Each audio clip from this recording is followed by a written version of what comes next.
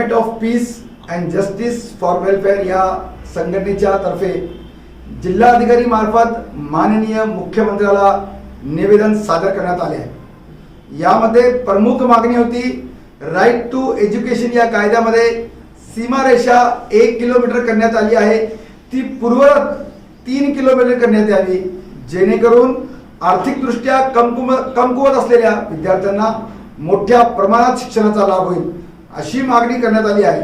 अन्यथा movement of peace and justice संघटनेतर्फे महाराष्ट्रातून आंदोलन उभे करण्यात येईल।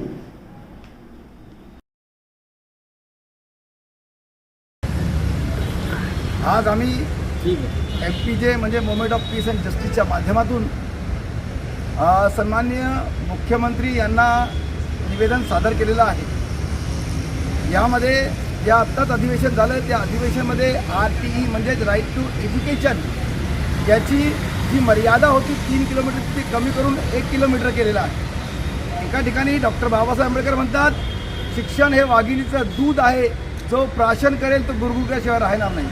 संविधान म्हणतं शिक्षण हे सगळ्यांना हक्काचं आहे। आणि दुसरीकडे ज्या RTE कायद्यामध्ये गरीब ज्यांची आर्थिकदृष्ट्या कमी आहे त्यांच्यासाठी शासनाने RTE कायदा आणला, त्याची 3 किलोमीटरची रेंज होती, ते कमी करून 1 किलोमीटर केलं आहे। ह्याच्यामध्ये गरीब जे लोक आहेत, गरीब जे विद्यार्थी आहेत त्यांच्या एज्युकेशनवर याचा परिणाम होणार आहे। करिता आम्ही मुवमेंट ऑफ पीस अँड जस्टिसच्या माध्यमातून जिल्हा अध्यक्ष मोहसिन सर, मी आणि करीमभाई आणि आमच्या आईसाहेब यांच्या माध्यमातून आम्ही आज माननीय मुख्यमंत्री यांना व तसेच शिक्षण मंत्री यांना निवेदन दिलेलं आहे की आपण ही मर्यादा 1 किलोमीटरची काढून परत 3 किलोमीटर करावी, जेणेकरून आर्थिकदृष्ट्या कमी असलेल्या विद्यार्थ्यांना शिक्षण मिळेल।